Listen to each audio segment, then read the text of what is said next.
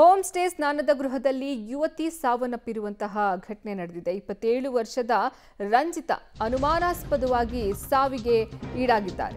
ಮೂಡಿಗೆರೆ ತಾಲೂಕಿನ ಹಾಂದಿ ಗ್ರಾಮದ ಖಾಸಗಿ ಹೋಮ್ ಸ್ಟೇನಲ್ಲಿ ಇಂಥದ್ದೊಂದು ಘಟನೆ ನಡೆದಿರೋದು. ಈ ಘಟನೆಯಲ್ಲಿ 27 ವರ್ಷದ ಯುವತಿ ರಂಜಿತಾ ಅನುಮಾನಾಸ್ಪದವಾಗಿ ಮೃತಪಟ್ಟಿದ್ದಾರೆ. ಮೂಡಿಗೆರೆಯಲ್ಲಿ ಈ ಘಟನೆ ಆಗಿರೋದು. ಸ್ನೇಹಿತೆಯ ಎಂಗೇಜ್ಮೆಂಟ್ಗಾಗಿ ಬೆಂಗಳೂರಿನಿಂದ ಈ ಯುವತಿ ಅಲ್ಲಿಗೆ ಬಂದು ಸ್ಟೇ ಆಗಿರ್ತಾರೆ. ರೇಖಾ ಎಂಬ ಸ್ನೇಹಿತೆ ಜೊತೆ ರಂಜಿತಾ ಅನ್ನೋರು ಸಹ ಬಂದಿರ್ತಾರೆ. ಸ್ನಾನಕ್ಕೆ ಅಂತ ತೆರಳಿದ್ದಾಗ ಕುಸಿದು ಬಿದ್ದು ಸಾವನ್ನಪ್ಪಿದ್ದಾರೆ. ಗ್ಯಾಸ್ ಗೀಸರ್ ಏನಾದರೂ ಸೋರಿಕೆ ಆಯ್ತಾ ಅಥವಾ ಹೃದಯಾಘಾತ ಆಯ್ತಾ ಅನ್ನುವಂತಹ ಅನುಮಾನ ಈಗ ಮೂಡುತ್ತಿದೆ. ಆಲ್ದೂರು ಪೊಲೀಸ್ ಠಾಣೆಯಲ್ಲಿ ಈ ಕುರಿತಂತೆ ಪ್ರಕರಣ ದಾಖಲಾಗಿದೆ. ಹೋಮ್ ಸ್ಟೇಯ ಸ್ನಾನದ ಗೃಹದಲ್ಲಿ ಯುವತಿ ಸಾವನ್ನಪ್ಪಿರುವಂತಹ ಘಟನೆಯಾಗಿದೆ. 27 ವರ್ಷದ ರಂಜಿತಾ ಅನುಮಾನಾಸ್ಪದವಾಗಿ ಸಾವಿಗೆ ಈಡಾಗಿದ್ದಾರೆ.